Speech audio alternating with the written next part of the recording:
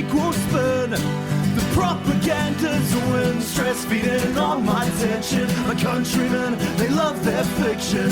Words are now, it's made with good intentions. Good morning, welcome back to 1 of 200, the Aotearoa Politics Media podcast. You're here with your host. I'm Philip. Kyle's away. He's been thrown in jail for worker exploitation and withholding our wages as hardworking take mongers in the take mines. As well as Philip, we have Pmax. How you doing?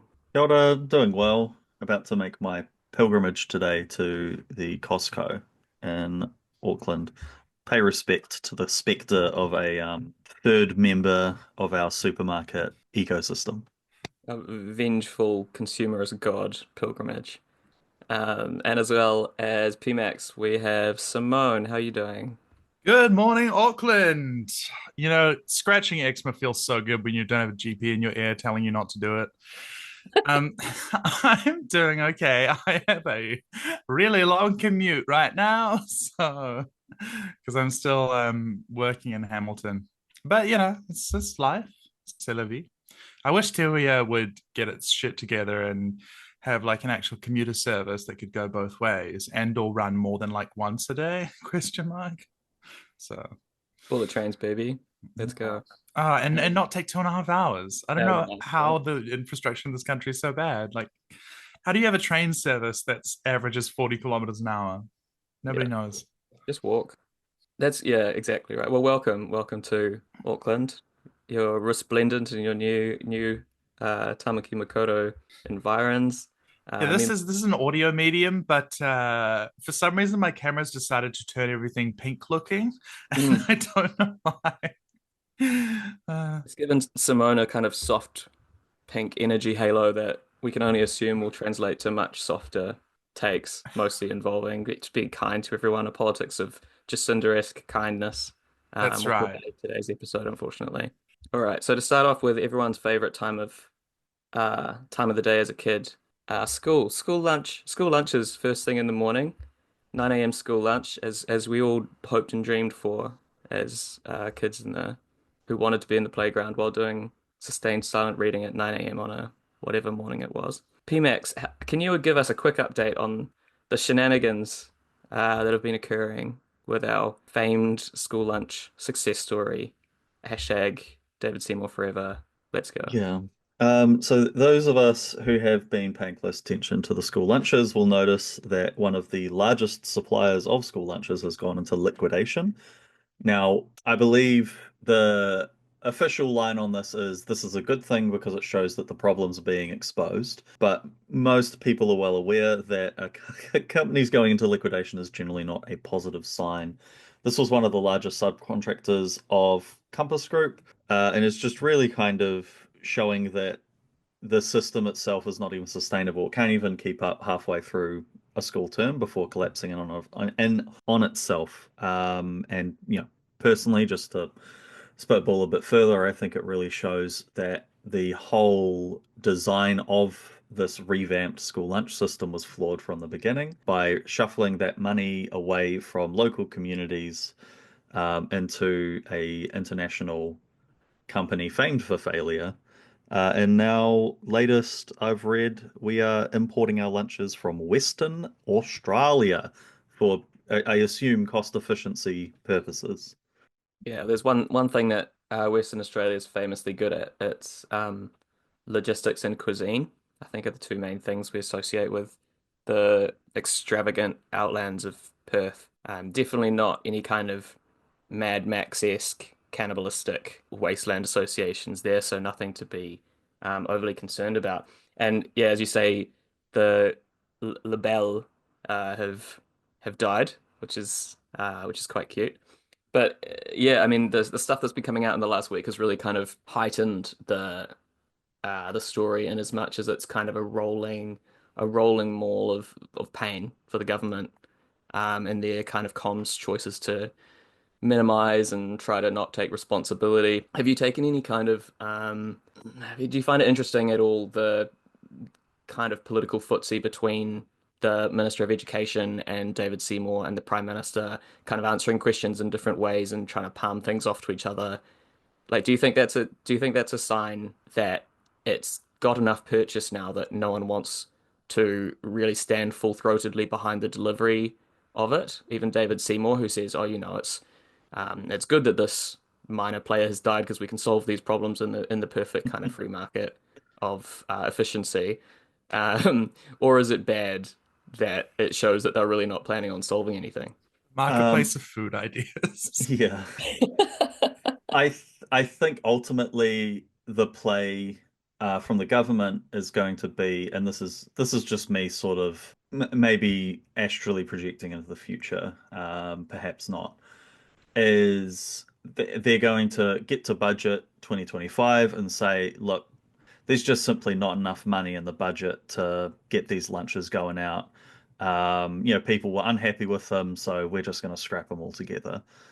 Maybe with some kind of like means tested tax credit for single mothers who have 3 effective years of study left, and student loans under $15,000. There'll be some kind of like tax credit that they have to wait on the phone for 10 years to see, would be my sort of guess given the trajectory this government is on. I don't think there's enough shame among the coalition, where if they were faced, well, you promised to do school lunches, where are they now? That they would sort of admit failure on that sort of response. I know the funding was approved. Wait, was the funding approved for like 3 years or something? I do need to look at that legislation again. Regardless, I think they're just going to try and can the whole thing because it is a uh, pile of shit at the moment and it's increasingly stinky. And whoever ends up being the person taking the blame for that is going to be not looking too hot. We've got that sort of interesting. I haven't been following too closely. I know that Erica Stanford was attempting to organize meetings with David Seymour, and David Seymour was saying, "Oh, sorry, my coffee date went a little bit over, can't make the meeting." And they're doing the typical media avoidance of, oh, the meeting wasn't to discuss the failure of school lunches. It was a general catch-up meeting. School lunches are just part of the agenda, but it's becoming increasingly clear that David Seymour just has absolutely no respect for his coalition partners. And I suspect that given that New Zealand First has also been not showing the highest level of respect. They've both made clear to National that, hey, if you displease us, we're just going to sink the government, force a re-election. So yeah, just play ball. Sorry, kind of rambling there, but I think ultimately they're going to try and kill it, and both of them are going to play footsie on trying to push blame for it onto the other party. I honestly don't know what David Seymour's argument would be as to how his amazing system has failed so spectacularly, given that he's headlined it and claimed it all, but media have let him get away with much more heinous crimes in the past. So yeah, I wouldn't put it past him somehow shifting the blame onto National. Yeah, totally agree. Well, that's what he'll try to do next term when it's still not working after he said it'll be fine by next term. And, worst comes to worst, they just pay more and more on a kind of ad hoc basis as the costs blow out and become as expensive or more expensive than the previous program. And after they promise to cover more people, because already at least one school's opted out, which, that's how you save money, right? Just make the service so crap and the delivery so crap that people say, look, it's easier for us to just not have to deal with this bureaucratic nightmare. We're spending what, $1,500 I think one school said per week on time for teachers and, in-house kind of sanitation and delivery and picking stuff up and dropping it off and disposing of waste and handing out meals and waiting for them to cool down so your students aren't harmed to a, hospital ward degree. So yeah, at some point it's easier if you just say, well, if you just stop kicking us every week, it's actually better to just let these kids go hungry and not learn anything and join the school to prison pipeline, which, Yeah. that's the alternative we're talking about here, right? Well, it's curious that it's Huntley, which is very close to Spring Hill, isn't it? I mean, you couldn't come up with a better metonym, could you? It's efficient. It's Yeah. it's efficient. It's so much more efficient when the pipeline is right there. When it's a short pipeline. It's localism, Simone. It's Yeah. locals have done That's right. right. The provincialism of the school to pipeline. We need to internationalize it. That's what we were promised. No, no more of this woke, nationalized three waters efficiency. It's all about just stay local, stay in your community, local provision of services like lifelong prison infrastructure. Ugh, grim. It I knew is what you were saying, funny. gloom and grim. Thank you. It is funny how the government sort of flips between we're investing in provincial areas, we're investing in communities and so forth. They literally have their community investment fund. I forget what the name of it is. Nicola Willis's baby. But then they've got policies like the school lunches policy, which is just a thinly veiled excuse to send money overseas. Yeah, and I mean, it's it was definitely part of their kind of rebranding exercise last year, right? I went back and looked at some of the headlines from last year as the school lunch project was being and could have reformed and will it be how much will be pulled back, how much will be cut? They were never really clear about it early on. And then the kind of most of the kind of establishment media voices, with some notable exceptions, to be fair, were pretty keen to jump all in the tank and not dig underneath the surface when David Seymour came out with his $3 lunch lie, let's say. And they just kind of ran along with it and said, can we do cheaper for better? Yes, we can. All the really kind of mainstream voices did that. There were people who actually kind of run numbers more for a living, like Max Rashbrook and, the kind of progressive economist sect, who were quite good on it and were always saying, well, can we at least see how you propose to do this thing that most school lunch providers even say can't be done? And I think this just shows another instance of kind of shallow media transcription of press releases where, One News and Herald and some RNZ people and some Stuff people would just, print act press releases, as we've been saying for years, and say, look, we're doing more for cheaper. We're actually going to provide lunch to more kids. Take that, woke lefties. It's actually better now. And yeah, not dig even slightly beneath the surface to, for Yeah, example, just ask about the tendering process. How did you make this decision? Like, what does this company's record look like? Have they been able to deliver these kind of projects on time, on budget, at successful kind of margins? What are the KPIs like in the past? Like yeah. basic kind of questions that you'd think any kind of functioning, two-eyed, two-eared, not to be ableist human would have kind of asked, right? Yeah. And it is wild to me that that kind of due diligence wasn't Well, followed. and the allowance of the rhetoric shift without, I mean, we're seeing pushback, but we're seeing pushback now because the public at large are aware of how fucking miserable these lunches are, and how that was not the case last year, where that rhetoric shift from we're going to do these lunches cheaper for better, and then now to, oh, if you're not happy with the lunches, just get a Marmite sandwich in you. To, yeah, I mean, currently now where it's failure is good actually because it shows us where the problems are. But I'm But sure that before the Marmite sandwich comment, they would have done some courier polling and got some numbers about how many New Zealand voters, how many national voters, how many voters support the idea of providing public school lunches at all, right? yeah, Because you have to be planning if you're a kind of centre-right government that's strategically disestablishing public goods, you have to do it in a strategic order. And the problem is that Christopher Luxon's a terrible salesman, right? He can't make the argument.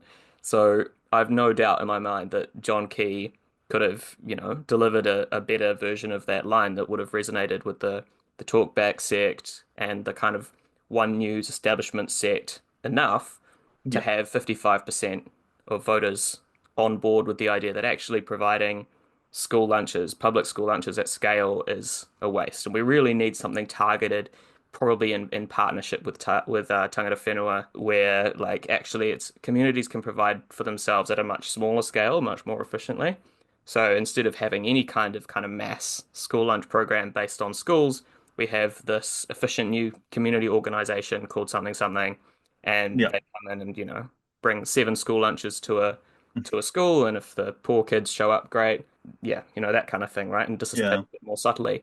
But they're just not good at this, right? They're bad at this whole project. Yeah, and I think part of it is like a lack of awareness about the economic conditions that they've created, where, like, I mean, I think it was potentially smart of the coalition in a sort of cold Machiavellian way to lay off so many public servants. Because, I mean, I'm sure the numbers would reflect that that's also like a significant income stream for left-wing parties in terms of donations from well-off public servants. That's probably what 70% of the Green Party voter base.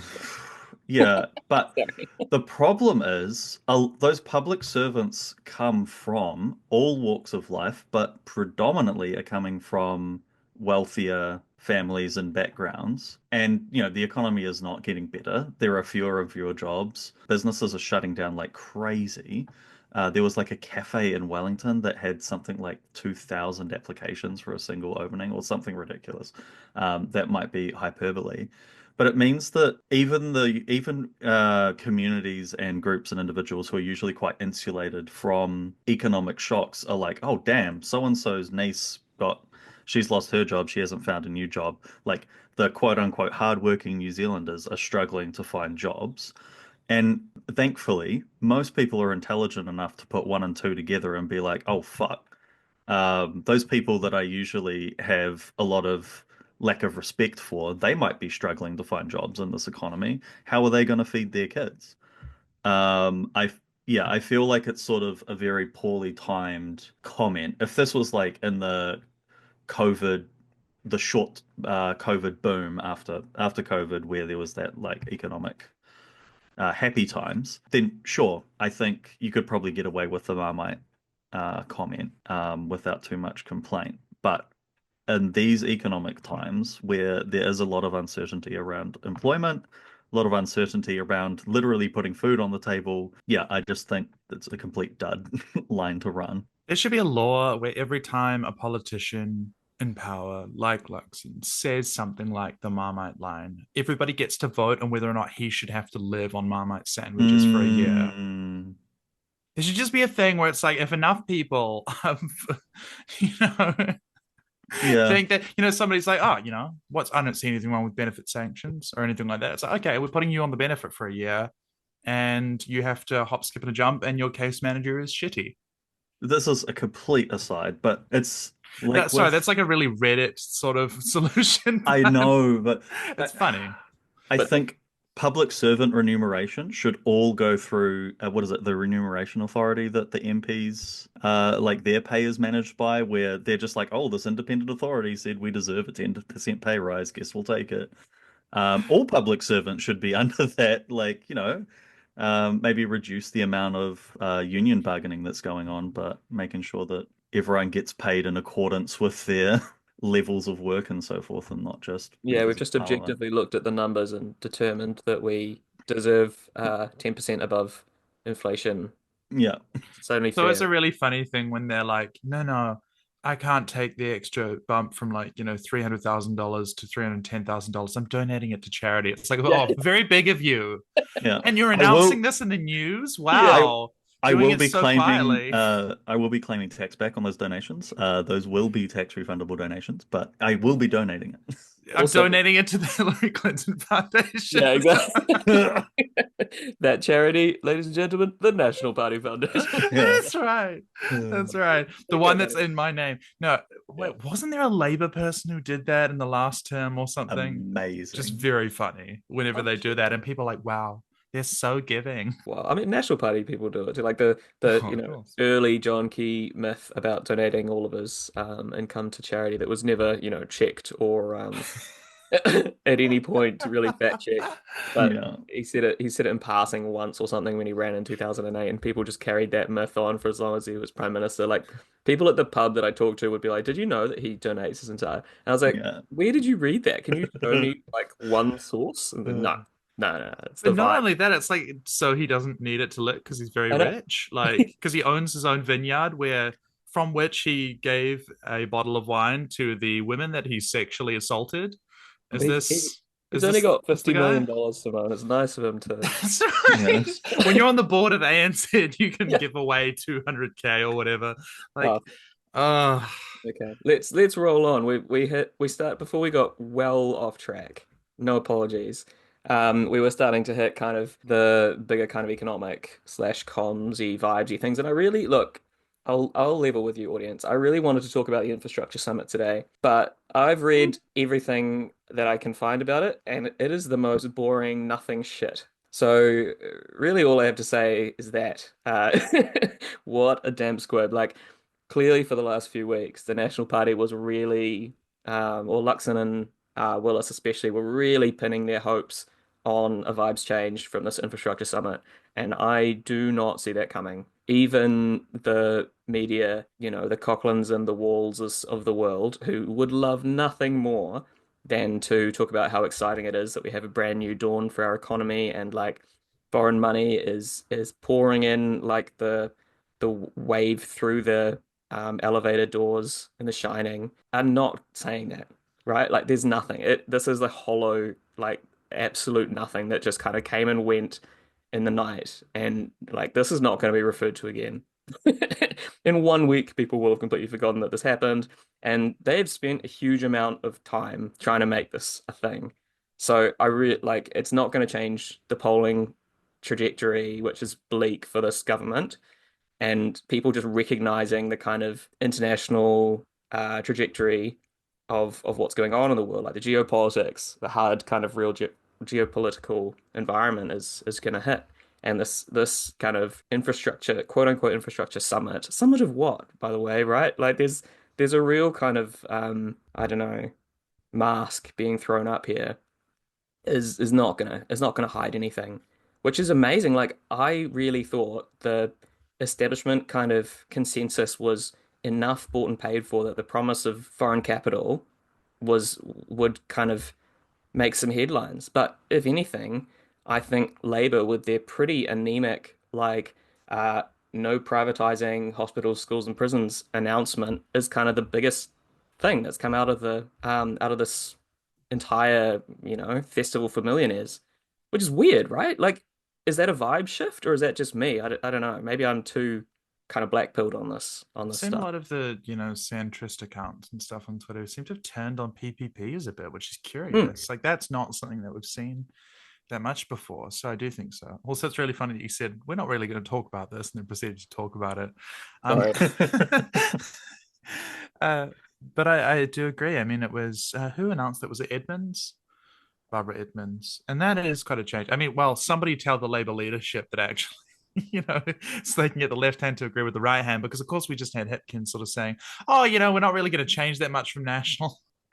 But if this stuff, I mean, I'm curious as to whether or not what they really mean is, nothing will be taken further. The ratchet won't be pulled further, because that is what Labour always does. Or whether or not what they mean is we are going to undertake the significant work that it takes to reverse what has happened since the 90s in respect of the health sector, in respect of our infrastructure, or the 80s for our infrastructure. And I'm quite curious as to whether or not they put their money where their mouth is, because to do all of that would require upfront making our significantly changing our debt to GDP ratio, which is really low for the OECD. New Zealand does not borrow nearly enough for its future to then have it be paid off. And so therefore everything just consistently gets degraded over time in this country, which we see everywhere. You can point to almost anything. Aside from, of course, the vast amounts of wealth that are funneled up toward consultancies and ad firms and other sources of, the mates of the whatever governing party is in power, right? The immense inefficiency of that. And that is, of course, the greatest inefficiency of the public service. We have by and large an efficient public service if looking purely at the public service, but its most inefficient parts are where it is just a money for mates program, where there is this kind of corporate welfare. They're just sort of handing money hand over fist to consultancies and so forth, or outside IT firms, and all of the useless dross that comes from that, right? Because we don't have any of the stuff in-house, or we refuse to build those contingencies. And I think it might be becoming clear, this is perhaps too hopeful, to even Labour that that's not future-proofed. With how much geopolitics is changing constantly, you can't rely on saying, okay, well, everything's just going to be, Microsoft forever. It's like, will the United States exist in 5 years? We don't know. So even though it is likely that it will, there's a lot that's happening that suggests that in some way these alignments are changing, these arrangements are changing. The European Union is pivoting. The UK is just a total black box of torment nexus at the moment.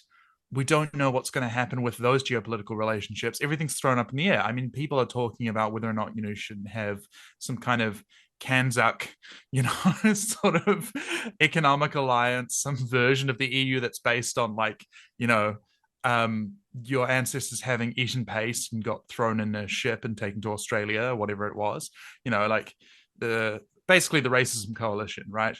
Of settlers. But particularly racists with bad food. It's the bad food racists. It's so funny to be like, yes, we are having like a kind of ethno-state settler collective. We're going to be racists.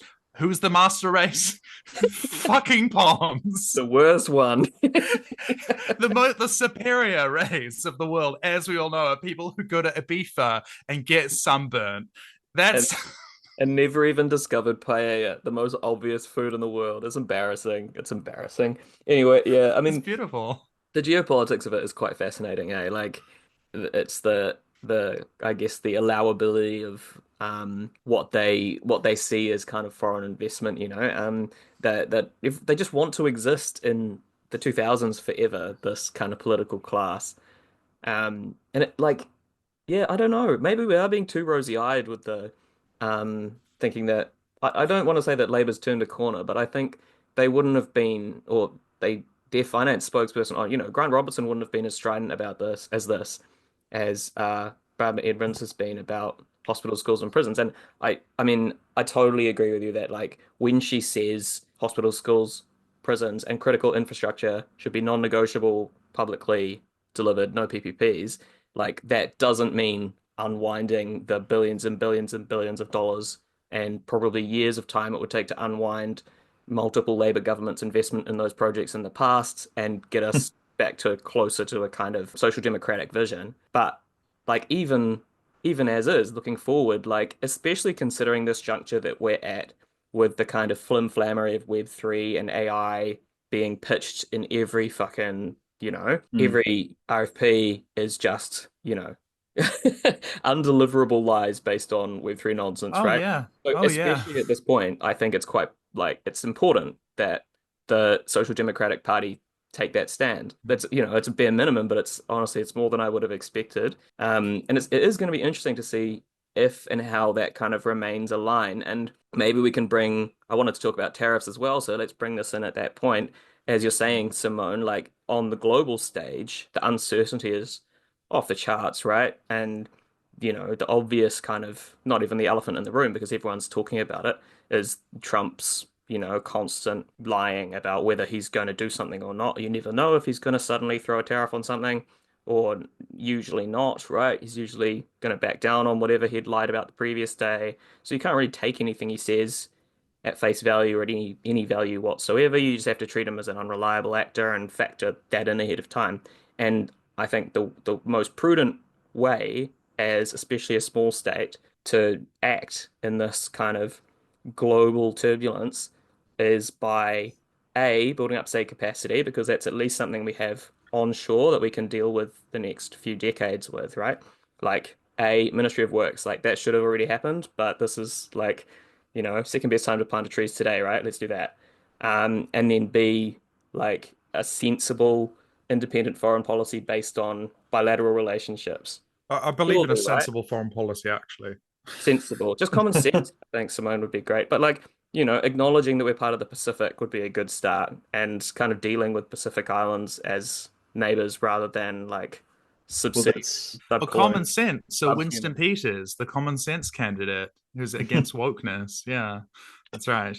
Sorry, what were you going to say, Pmax? It was just I think Green Party put forward a really good foreign policy idea on this with like the Schengen Zone, but for the Pacific Islands. which I think would be a big first step in sort of forming an independent foreign policy, while at the same time, there definitely needs to be some level of awareness that you've got to balance that with maybe a bit more observation on the predatory industries in New Zealand that take advantage of Pacific Island Yeah, I was going to say labor. certainly, and not to intercut too much, but I'm quite skeptical of that, and I wonder if the Greens have thought it through. Because if we want to use these kinds of terms from Europe, we do have to look at the way that New Zealand would be the equivalent of a France, or better, a Germany within that sort of arrangement.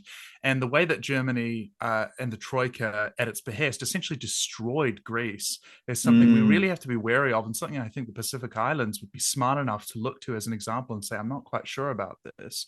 Not to say that the arrangements would be the same as would be allowed under that. But when you create these institutions, especially given that New Zealand is that kind of hyper-capitalist sort of society, I think you mm, have to be quite wary of it. And in particular, the history of New Zealand's relationship with Nauru, with Niue, with other places in the Pacific. And is not only one of resource exploitation of, for example, stripping all of the phosphate out of Pacific Islands, but also of one involving literal slavery. You can look at the yeah, wealth of Chelsea sugar was built by blackbirding, was Like, Pacific slaves were captured, kidnapped, and then shipped to New Zealand in our own yeah. version of the transatlantic slave trade, something which is not taught in schools. Like, say what you will about the United States, they know that their economy was built and their empire was built on slavery. New Zealand doesn't know. New Zealanders don't know Hashtag not all this. schools. Hashtag not all schools. I mean, it's good that certainly there's been a turn within the last few years, and I think the New Zealand History Teachers Association or something was Hmm. talking about how we really need to, increase the understanding of these things in our history. And of course, there Yeah, was the backlash to quote unquote wokeness for that basis, right? Um, yeah. but Well, and this even is something that the majority of those kids don't vote. Do you know what I mean? Like, yeah, even more recently, you've got incidents like the Dawn raids, mhm. where Pacific labor that was brought over to meet labor shortages in New Zealand was then directly targeted on a racist basis, just to sort of, I don't know, boost votes for Muldoon. Well, also, who was on before? Was it Kirk who started it? Rare Kirk L. I lose track of my ministers. Actually, the But CIA got him because he wasn't woke enough. That's they the, don't tell you that. the sad thing about the whole situation is that New Zealand is the largest Pacific island, and ease of travel for islanders to both visit their families and connect with their families and have their families visit, and the economic opportunity that New Zealand presents is important, but there also needs to be awareness of maintaining the sovereignty of those islands, both economic and political, while also ensuring that the predatory practices in New Zealand aren't used to sort of exploit those people. So yeah, yeah, it's absolutely. a rough one. On a structural level, I think like we shouldn't be emulating the EU. Like the EU is like I think pretty undeniably like a, A failed a organization. racist neo-colonial construct that is kind of trying to create invisible walls around itself and is going to continue to kill thousands and thousands of refugees that were created through its own economic and military decisions.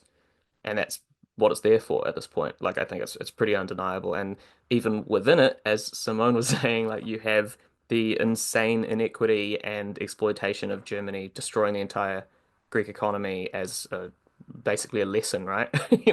Where in other situations they haven't done that.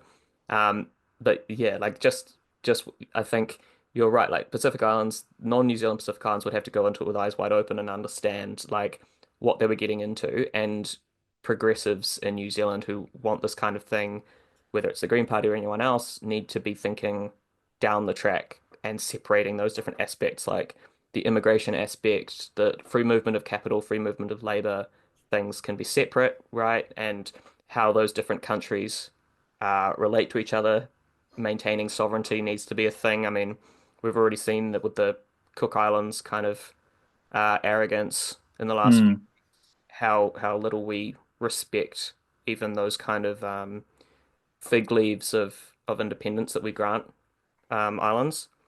And I am not enough of a New Zealand exceptionalist to think that there'd be a difference when a country that we have less kind of legal and historical ties to tries to make a similar choice in the future, right? So I don't think we could consider it analogous to either the EU or the Eurozone or Shenzhen, but I think we do have to integrate more in the Pacific Island bloc as a kind of matter of necessity, and also with East Asia, right? Like there's Yeah. basically economically no Yeah, alternative. the Schengen Zone. Yes. Oh no. Episode title just dropped. Yeah, sorry, I was about to say that's the episode title. Yeah. This is right, and I had more things to say, and yet they've gone out of my mind because of Shenzhen Zone. That's gold. That's gold. That's I, it really is a case of where the preconditions would have to be that New Zealand's economic structure is like our political economy is totally different, because the way that it currently works is everything is a wealth siphon up towards, as I say, those consultancy firms, the kind of resource extractors, the rent seeking extractive, not even industry, it's just firms, I will say. And so it's worth considering that would need to be totally flipped on its head, that for New Zealand to be a player within the Pacific, which doesn't seek to dominate, it would have to no longer be a settler colony. That you would have to have a tino rangatiratanga, that Indigenous rulership would have to, and authority would have to be on top, with perhaps something suggested by the Matike Mai report, or some other kind of arrangement. In other words, Parliament as it exists now wouldn't exist. The Governor General wouldn't exist. We would not have any of that. And so that would have to be a first precondition. And secondly, I think you would need to begin with a project of reparations, when New Zealand is in a subservient position economically to a lot of these Pacific Islands, where you have to give back more than has been extracted, so that they can have a starting position which even makes sense. And it's difficult to see how this would work within a timeline of encroaching climate change and how that's affecting these Pacific Islands, because I think in many ways New Zealand is going to have to, and as one of these larger Pacific Islands, is going to have to receive a lot of refugees, and people are going to have this huge cultural loss. And there's also this issue of the kind of cultural control and thought control, really, that's happened already through the kind of missionary colonization of the Pacific, and how that's radically changed how some Indigenous populations in the Pacific view themselves, and also are primed essentially for white domination. These are all sort of issues which I think aren't easily addressed by the nice slogan of proposing a Schengen area. And I'm not trying to piss on the parade of the Green Party for once, but I do think it's worth considering and thinking through these thorny positions. And of course, I know that we expect Green parties and left parties and opposition parties always to have a higher standard than the right wing. The news will always say, well, how are you going to pay for it? How are you going to pay for it? But in this case, given the history that's involved, it is worth slowing down and deeply thinking about what these solutions would be. And for people who are proposing this, and or people who are trying to implement such policies, if they are part of a coalition agreement, to have deep consideration of where New Zealand needs to get its shit in order beforehand. And given that the Greens aren't actually socialist, I don't know if that's ever going to happen.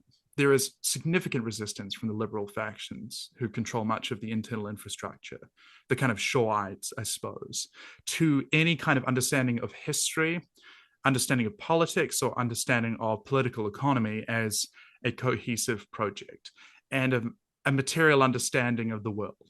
They are inured to and immune from any kind of understanding. They're sort of inoculated from it, right, by liberalism, this kind of brain disease that stops you from looking and understanding causation from A to B, and simply thinking that everything is free-floating ideas. The way that we stop racism is that you just wag your finger at people and give them workplace training. This kind of airy-fairy belief of the world as sort of some set of free-floating signs that don't actually exist or are not anchored to anything. This is a kind of brain disease that exists within the Green Party. And I'm quite skeptical that any of these people will have some kind of come to Jesus moment about really understanding anything about reality before they try to implement such things. Yeah, I mean, the fundamental you always need to get back to is the kind of political economic minimum bar that we'd need to have before any kind of those international arrangements, right? But even on a much lower basis, and this isn't purely leftist position, but plenty of centre leftists, centrists, even centre right people, anyone who's not a kind of Trump acolyte is pretty much agrees that multipolarity is happening whether you like it or not, right? There's an expansion of the non-hegemonic kind of discourse that's happened by force since Trump's second Trump 2 MAGA this time it's personal has come back. MAGA 2 Electric Boogaloo. Yeah. If only if it was electric. It's a diesel boogaloo this time. Yeah. But yeah, I mean, it's just happening, right? So all of the multipolarity nerds who were decried as Putinites, I mean, we were right? It's just that it's not happened by choice. It's happened because of kind of hard macroeconomic factors. Like tariffs is a big deal, whether they happen or not. Like even the threatening of tariffs forces nations to kind of shut down and internalize production. And maybe some of that kind of ethereal runoff, like discursive runoff, is partly the less than enthusiastic reaction to the investment summit that we brought up before. This kind of re-energizing of the concept of national capacity and internal capacity that even the kind of, I guess, runoff from Trumpian discourse always, as it does, kind of perversely filters through the kind of news machine and comes down into everyone's discourse, whether they like it or not. Many such cases, right? Bad food restaurant, insert your Trumpian phase. But yeah, it is like Schengen Zone is very mad at me. That's okay. I'll still keep drinking that garbage. I'll still keep drinking that garbage, yeah. But it's funny, right? Like I think even pre-Trump, this national government would have had a very different reaction to some of their attempts to kind of change the discourse and chuck some comms in that they love. And it's like again, they can't meet the moment. They don't know who their audience is well enough. They don't have the talent to kind of sell what they're trying to sell. And I mean, even up until potentially joining Keir Starmer's coalition of the willing, that like disgustingly Blairite phrase in Ukraine, like they're out of step, they're out of time. Like they feel like they can't meet the moment no matter how much they try. It's just, I don't know. It's good for us, right? On an electoral level, they're screwed. Even if, it's insane that they're just handing any opposition easy wins. But I think that necessitates that we maintain a high bar for anyone that's not the government. Like that means that this Labour Party, this Green Party, this Te Pāti Māori need to meet the moment. Like they can't coast. Winston Peters, Winnie P, he came to me, tears in his eyes. He said, he had these whiskey bottles protruding from underneath his belt and his fancy dress pants. Very, very disrespectful. It's so disrespectful. They're not telling you that. I do think that one thing we should think about is, like you're saying, it's, and this kind of flows on from it, it's easy to say things in opposition. And looking at the PPP matter again, the triple P, the left hand doesn't know what the right hand is doing. I think Hipkins and Edmonds are totally out of step with each other. When it comes time for government, guess who's going to win out over that? It's the one who is the right winger, right? Who's in power because he's on top. He's top dog because Labour's still running with Hipkins. And whether or not they end up that way, because I know that there's more of a committee based approach rather than just one person says goes, unless their personality is kind of overbearing in some sense or Muldoon like, that it will be that. But like realistically, what's going to happen is that, right? One of them is going to win out. It's not going to be the person who's saying better things. But number two, while they are in opposition, it's easy to say things. And not only that, although at least they're saying things, but the time to try to force them to see how unpopular anything further right would be is now. Like the time to kind of say, if you want to win votes, you have to do good things is now. And I totally agree with you, Philip, in that respect. And in all other respects, I co-sign everything you've ever said ever. Oh no. Welcome to cancellation. I'm handing it to David Seymour 10 times a year. Yes, that's right. Well, yeah, post Hipkins's delivery to the Auckland Business Council that I think we talked about last time. The formation of his little kind of economic clique I thought was interesting, right? Where he said Barbara Edmonds has this little team of like five or half a dozen relatively low ranked kind of Labour MPs. They're the ones who are going to think about economics. The rest of you can like, get on with your The portfolios. working groups are coming from inside the party. Oh, look, we're going to ignore these people now. But like, I thought that I'm not in the Labour Party, right? I don't have inside knowledge, but that seems to maybe What? off. I know, I'm sorry. I can only apologize. Why Seems, you as a white man not a member of the Labour Party? I Get know. it together, sis. So And sorry. that's on period. I'm sorry for being a man. Oh. Fuck me. Yeah, it's throwback.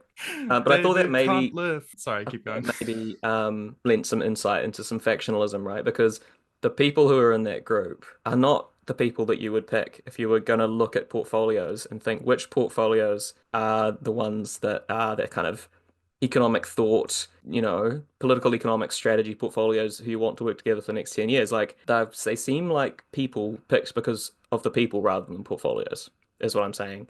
Like trade wasn't there. There were some big what was it, investment? No, not investment, that got moved. I can't remember. There were a bunch of big names or, higher ranked people on the more kind of economic portfolios that weren't thrown into that bucket. And that made me think, well, this is like a strange political choice, right? So they're throwing a group of people together to make Lord knows how important decisions, but for some reason they're announcing this group, and for some reason they need number 30 and 31 to be on that group instead of number whatever it is, 11 and 13, who have much higher ranked. The main one I remember is trade, right? Because there have been so many articles about tariffs. I was like, why on earth, like, as a small, as everyone says, trading nation, we're export driven, blah, blah, blah. Why would you not have that person involved in any kind of like, you know, working group, even though the working groups are coming from inside the house at this point, as you say, Simone? Like, who on earth is more important than that? Like, why is I don't know. I don't know, Labour. I'm not here to try to fix you. You do you. You do you, boo. They call it the Calvin Davis effect. The problem with the 2020s is that we used to have all these Davids, and now all we have are Chris's. That is true. It's a Bring regression. back- well, actually, no, don't bring back the Daves. We need a new white male name.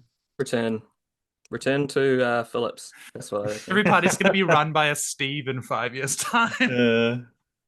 Abel, stop it. We know you're listening. Chill out. Yeah. I can't wait till we get like Listen, okay? Philip, barefoot is legal. The native birds, the birds of this country are the true natives. They're the true indigenous. Oh, the unsung majority just stomping home. We're going to tax every medicine that's not homeopathy. Freedom camping's back, baby. Let's go.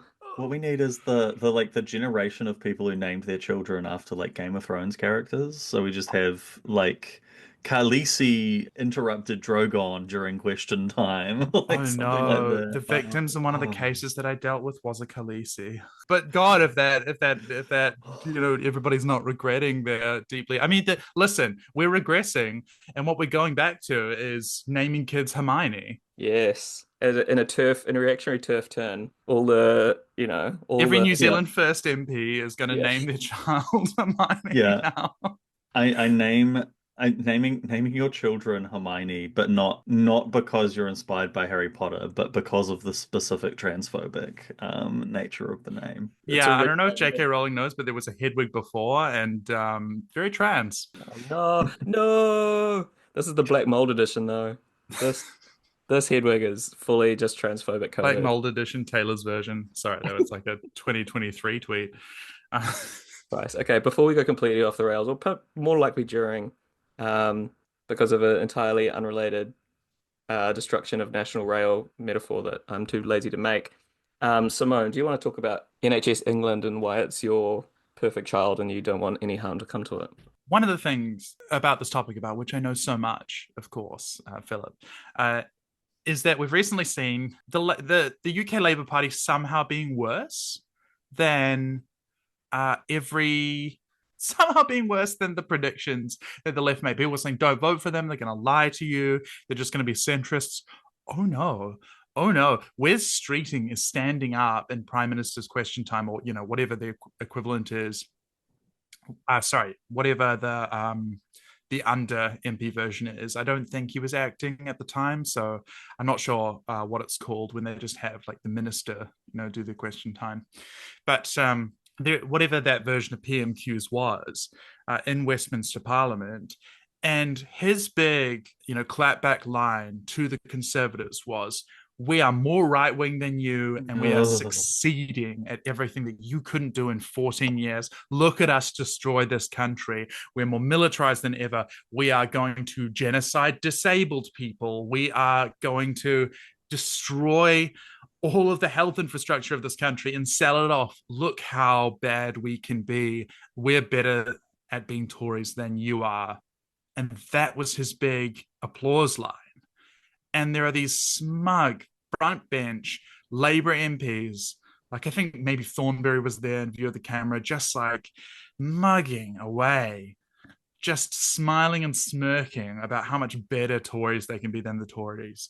And this comes within 24 hours of Keir Starmer at I'm not sure if it was town hall or something similar to that, where he's standing up, he's got his sleeves rolled up, and he's not wearing a tie because, of course, that's what a politician does at a town hall to be folksy. And he's saying to people, we are, I don't understand why there's any of this waste, so we're going to get rid of NHS England. There's 2 layers of bureaucracy. There shouldn't be, I think that's too much. I think actually there should be only 1 layer of bureaucracy, and then eventually we should just sell it off to the Americans. So there's this really frightening thing that they've come out and been more extreme than I think the pessimistic people have been. They are selling off by, dismantling it essentially. NHS England. Now, the way that the National Health Service works in the UK, to my understanding, is that they do have these subdivisions, right? Because they are technically separate countries in a United Kingdom. So, and then there is a certain amount of devolution with their parliaments, right? Holyrood is separate to Westminster, even though, in practical terms, kind of not really. And what he's saying is, this is all going to just be one NHS. We're getting rid of this double layer of bureaucracy. Now, the real difficulty with that is that by bringing it together and cohesively solidifying it, and by saying that our solution is to make these extreme changes to how the NHS operates, what he's effectively doing is making it ripe for corporatization, which then makes it into one neat little tightly bow-wrapped package to sell off to the Americans or to anybody else, right? Privatization. This is a significant step towards it, the abolition of an entire wing of the NHS, and just saying everybody else is going to pick up the slack for this. This is going to be one unified organization and department that's ripe and ready for corporatizing under the kind of SOE system. This is what I would suspect is going to be the pathway, because that's been the pathway in New Zealand, right? Like the first step is making it into one effective company, like a firm. It's just owned by the government, and then you're able to just sell it. So this is a much darker turn, much more quickly than I think anybody had thought might happen, except for the most pessimistic people. I was surprised by this. They just came out and said it. And he crowed about this and said this was a big achievement that they're going to have for their government. It's difficult to see in tandem with both how they are attacking disabled people by forcing them into work when they are physically incapable of working. In other words, they'll have no income, no benefits, and will just starve and die. In tandem again with moving towards assisted dying, right? And this is not that I'm against it in principle, but in the context of where they are attacking disabled people and where euthanization would be preferable to just going out, right? All of these confluent factors are coming together with this abolition of NHS England in a way that is not so much worrying as we are waiting for the clock to tick down to mass death and to privatization of the health service. Yeah, exactly. I think it's in some ways quite a smart play from the right, i.e. the Labour Party fucking Minister of Health, right, Wes Streeting, because when Oh, NHS you have to hand it to Wes Streeting? on this, I mean, actually, it's not really handing it to them because it's an easy mode. I've handed it to David Seymour because he's fought up. He's a battler, right? He's a Kiwi battler who's done much harder graft than Wes Streeting ever has in his entire life. I just mean because there was a left case against separating these NHSs, right? Um, in 2012 or whenever the Tories restructured the NHS to not be under the direct control of the whoever it is, Inspector of Health or whatever it is, and devolved it into like having these different NHSs. That was seen at the time as increasing bureaucracy in a way that would depersonalize the inevitable cuts, because it was post GFC and it was George Osborne was in full slash and burn mode, right? So there's still a lot of resentment in, as far as I know, again, not an expert, from unions and health workers in the UK around that restructure. So getting rid of that on paper could be seen as a progressive move, right? Or, not literally progressive, but regressing Yeah. to a more socialist version of the NHS.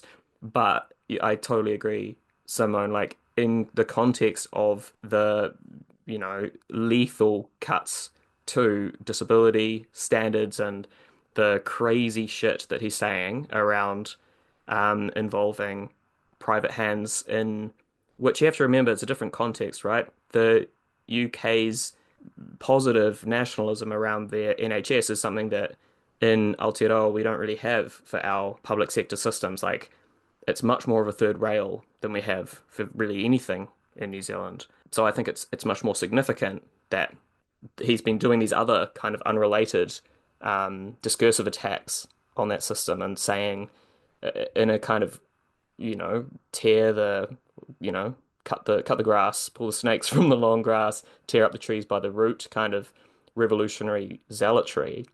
That's pretty not just concerning, but I think indicative of like a brutally right-wing revanchist approach to this stuff, which, was there were indications there, but you're right, it's gone further faster than even the, kind of black-pilled leftists who were in the Green Party were saying at the time in the UK. Yeah, so I totally agree. Like the problem is, I think the headline, there are two layers to it, right? The headline of NHS England disestablished is misleading for people who don't know that NHS England isn't what the NHS is. It's a Mm. bureaucratic structure. And then within that, the purpose of that, right? As you're saying, like people who know New Zealand history from the 80s and 90s, it will have a lingering kind of hatred for the SOE concept, hopefully, right? If you've got some sensibility. And I think a lot of people on the centre right kind of do as well. Like New Zealand First voters start frothing at the mouth if they talk about SOEs, right? And the way that we destroyed public capacity to do stuff and corporatization as opposed to um, companies, but corporatization as a process lost us as a country billions and billions and billions of dollars of work and pipeline and capacity and all that big picture post Muldoonian stuff, right? That was on balance probably better to have than not have. And that Labour and then National and then Labour governments really just saw through that process to like an incredibly disastrous degree. And that does look kind of like what Labour in the UK's after here, and it's horrible. It's horrible that they're on that path, especially in this geopolitical context, right? To go back to what we were talking about before, is there a better time than now to become more kind of self-reliant? And the NHS is exactly what you need right now because Lord knows um, Pfizer's not going to come in and do a better job than a homegrown company when it comes to delivery of primary healthcare or whoever it is, right? Any of the big kind of bio, tech, medicinal, pharma fucking monsters are not going to do a better job than something run by government. And finally, the TPPA will come into action. Um, something we've Finally. forgotten about. That's right.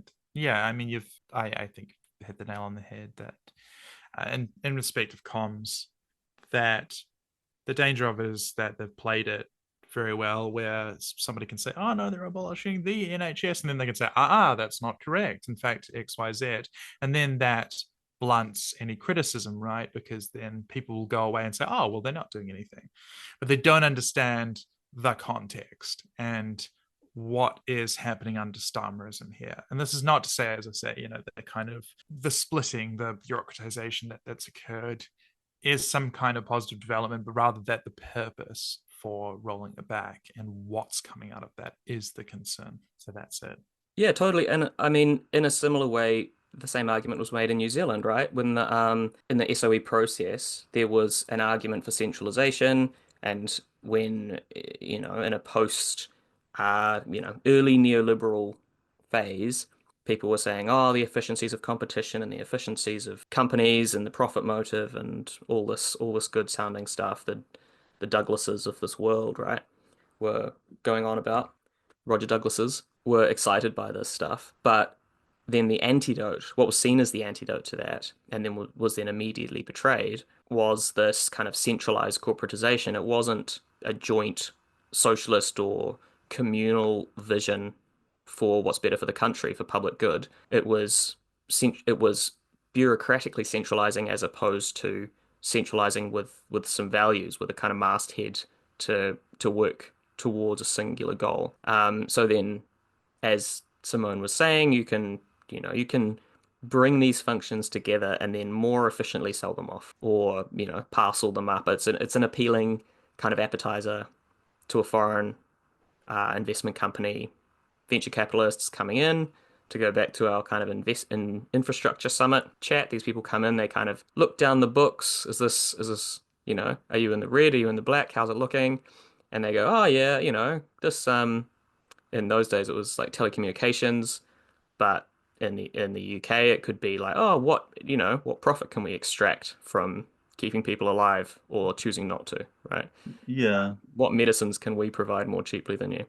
It reminds me of when what was it? They were flogging off the rails, and I I forget the specifics of the story. Hopefully, someone will remember or will acknowledge that this isn't just a hallucination. But this is like an anecdote that's told as like proof of private ingenuity, where I think it was Kiwi Rail sold the rights to the berms or something of their rail lines to someone who immediately laid like telecommunications cables along it, which like fine, okay, that generated them a bit of profit because they connected all these cables and stuff. But it's sort of like, well, ideally, I would want my railways to have trains on them going back and forth and not like be flogged off for like small in the States, for example, where they're just trying to flog off all the postal infrastructure, because that's what they see as the value of it, is that it's got all these buildings, it's got all this prime real estate. Why are we supporting this like increasingly expensive like postal service when there's like private competition and all that? And it's like an undervaluing of like the public good of that infrastructure of that service. Sorry if that was a weird digression. No, totally, because it's both an undervaluing of the public good and just a lack of political imagination, right? Like in New Zealand now we talk about, oh, why couldn't people have had more of an ability to plan for the future. We think about that when it comes to health, like we don't have enough hospitals, but we should have built some 30 years ago, not today. And we talk about it in education and we talk about it in infrastructure. Why can't Simone get to work in Hamilton on a fast train? Why does she have to wait for fucking 2.5 hours to commute from a city to another city that's relatively pretty bloody close, right? Yeah, why? Actually, the train, no, no, no. I should point out, I have to drive, which I don't like, partly for the fossil fuels and partly because then you have to concentrate, right? And then you have to be in Auckland traffic with Auckland drivers. And the thing is, because the train doesn't actually run the reverse on time to get to work, it's even worse than that. We just don't have the services, they don't exist. We're sort of England in miniature. It's If we, awful. And if you, like, oh, sorry. All I was going to say is just I think Pmax is totally right. One of it's almost darkly funny that New Zealand like privatized telecom just before the internet happened. Just like this one of the stupidest possible moves you could make, world historic levels of idiocy, right? Except that, it's of course calculated, for all of this. If you were looking at it objectively as a use case, you'd be like, this is bad. But in respect of the corporatization thing, when you allow the kind of ideology of business to determine government, apart from the fact that, we have a country that's run by a CEO, so we already have that already. In England, they don't quite have that. That although you can't predict the future, I think it is likely that one of the lines they may run will be, we have looked at the books, because of course now, NHS has to run like a corporation. And in fact, oh my gosh, it's in the red constantly. We must do something to alleviate this kind of burden on the government. And wouldn't it be stripped down and sleeker if we allowed these great, amazing American companies to do X, Y, and Z?